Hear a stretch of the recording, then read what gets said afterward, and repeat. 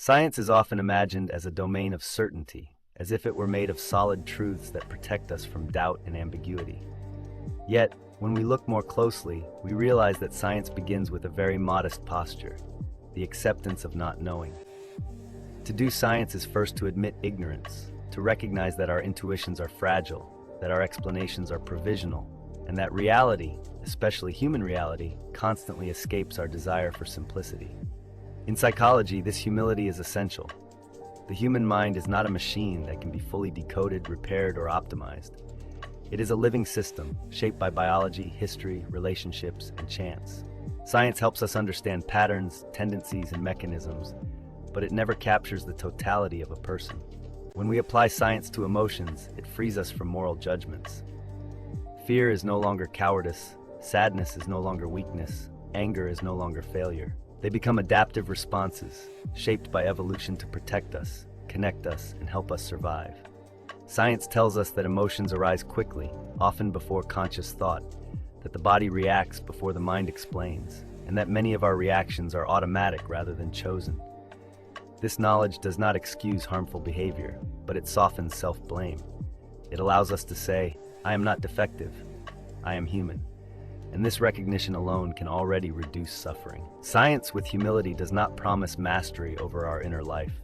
It offers understanding, and sometimes understanding is enough to begin healing.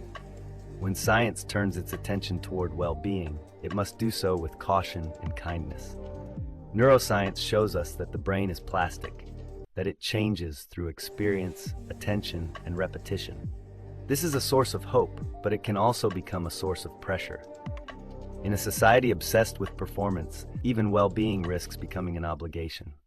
Improve attention, cultivate happiness. Science, when stripped of humility, can become another voice telling us we are not doing enough. But science, when practiced wisely, says something very different. It says that change is possible but gradual, that progress is uneven, that setbacks are part of learning.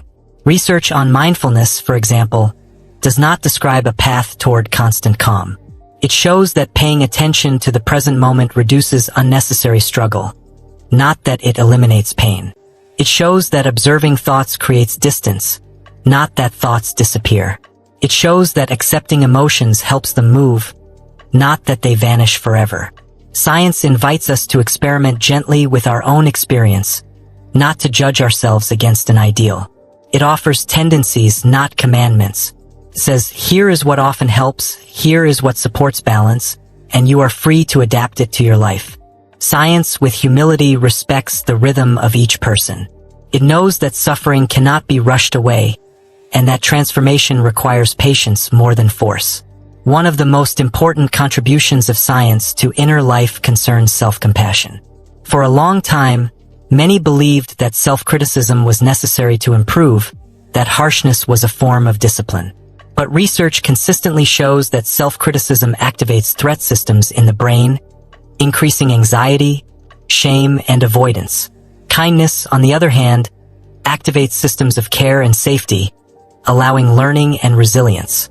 This does not mean that we stop being responsible or that we excuse everything. It means that we stop confusing violence with effectiveness.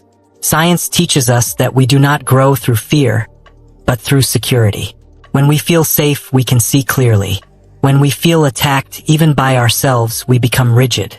Self-compassion is not self-pity. It is lucidity with warmth. Science does not invent this wisdom. It confirms it. It shows us that treating ourselves as we would treat a friend is not naive. It is functional. Yet science with humility also recognizes that self-compassion is difficult. Many people resist it because it feels unfamiliar, even threatening. The inner critic often believes it is protecting us. Science does not shame this resistance. It explains it. It reminds us that habits of self-judgment were often learned early, as ways to survive or belong. Understanding this creates space for gentleness. And gentleness, slowly practiced, becomes strength. Finally, science with humility knows where it must stop. It knows that not everything that matters can be measured. Meaning, values, love, dignity, and inner peace cannot be reduced to graphs or scans. Science can explain mechanisms, but it cannot decide how we should live. It can inform our choices, but it cannot replace responsibility, ethics, or wisdom. This is why science must remain in dialogue with philosophy and human experience. Without humility, science becomes rigid and dogmatic. Without humanity, it becomes empty. But when science accepts that it is one voice among others, a guide rather than a master, it becomes deeply reassuring. It tells us that suffering is understandable, that change is possible, and that uncertainty is not a failure, but a condition of life. It invites us to approach ourselves not as problems to be solved, but as beings to be understood. And perhaps this is its greatest gift. It does not promise inner peace as a result, but it creates the conditions where peace can grow.